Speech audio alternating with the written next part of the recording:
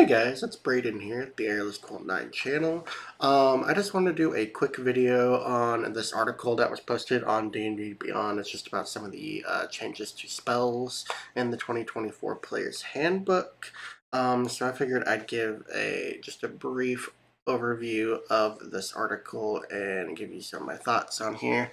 So the first thing that they mention here is that it's about healing spells. They say healing spells will keep you and your allies on your feet longer to reflect the cost of your action or bonus action in your spell slot in order to use them. Cure Wounds now heals a base 2d8 plus your spellcasting modifier, and Healing Word similarly has a base of 2d4 plus your modifier as a level 1 spell. Not only have those spells been increased, we do know, just based on the playtests and stuff, that the Mass Cure Wounds and Mass Healing Word spells have also been increased in the same ways. I think the number of dice that they have will probably be equal level of the spell now. Prayer of Healing has seen some adjustments. Prayer of Healing, which takes 10 minutes to cast, now grants benefits of a short rest to up to 5 creatures in addition to restoring 2d8 hit points, which is nice for that. Cloud of Daggers has seen an improvement, which we talked about in the spellcasting video, or the spell video.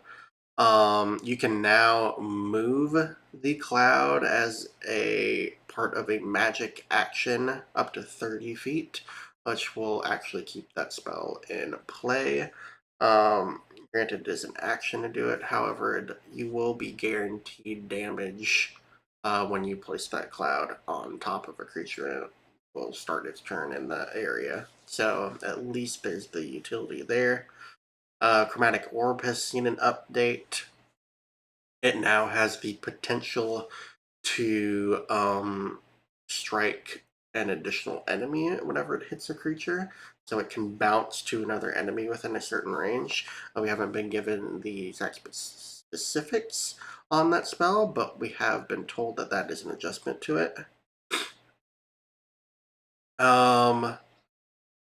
In the video, they told us that guidance, you now, whenever you cast it, you specify an ability score that it functions for. It sounds like the spell is concentration.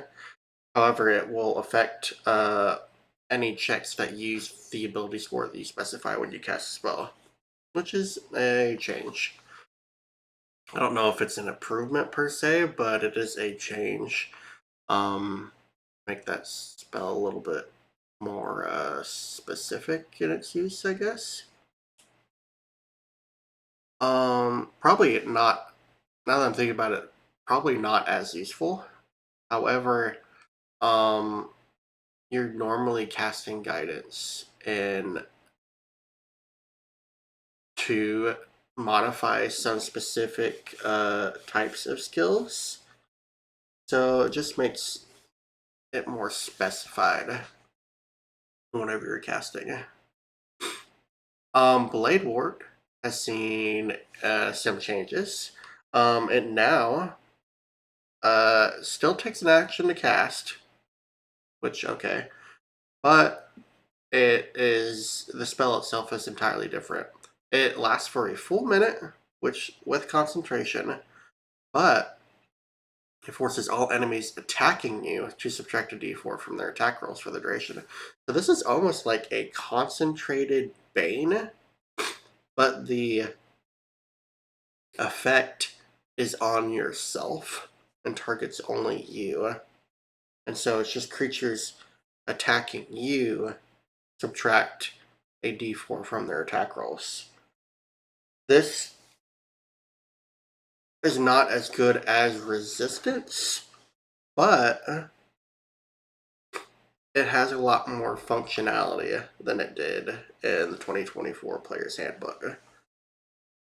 So this is now a cantrip that can actually be used and utilized, which is an improvement in my book. What else do they talk about? They talk a little bit about Revisiting all the spells in the book, addressing questions and confusions that players had in them, making them a lot, making the wording of those spell descriptions clear and more succinct so that you actually understand the mechanics of it without having unanswered questions when reading the spell, which is very nice.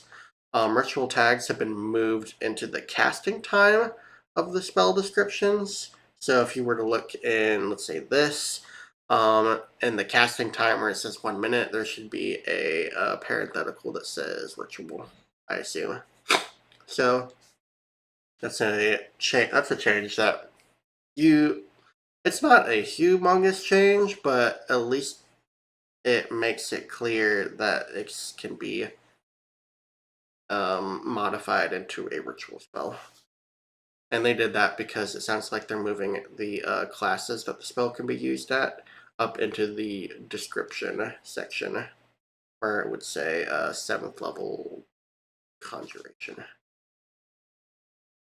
There have been a bunch of changes to the conjuring family of spells, such as Conjure Fey, Conjure Celestial, Conjure Woodland Beings, spells of that nature. They now have different effects. They're now specifically what is considered I think most of them are now considered emanation spells, and they conjure spirits that give you benefits, kind of like spirit guardians or a spiritual weapon does, in a sense, which is quite a bit of a change from how those spells originally worked. But they did that because now the summon spells actually summon uh, creatures to aid you in battle. So conjure is now considered a different family of spells than summon spells are. Um, this is actually a picture of a new spell being presented in the book. This is Jalarzi's Storm of Radiance.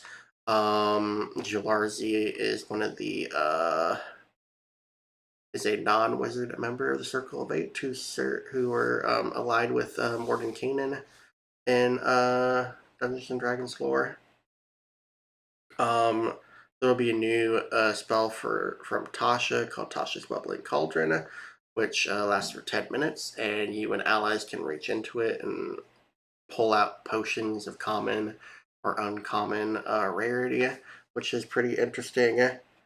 Looks like Storm of Jalarzi deals radiant and thunder damage in a 40-foot cylinder storm, which is kind of cool. It also gives the blinded and deafened conditions and makes creatures within it unable to cast spells with the verbal component, which is pretty cool.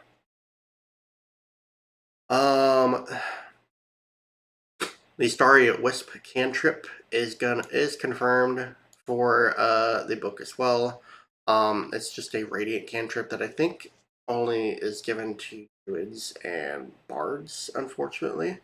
But it is at least an option that is available in there and something that might be able to be picked up with a feat or through multiclassing. So it looks like they've also added a bunch of spells from Xanathar's and Tasha's into here.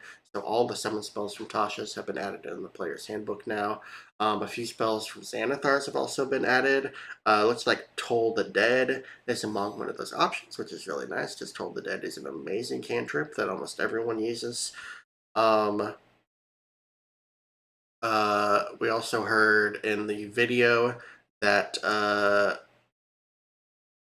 Dragon's Breath was added into the player's handbook, and that's because it's a spell that Draconic sorcerers get for free in their subclass, or as a part of their subclass, which is very nice.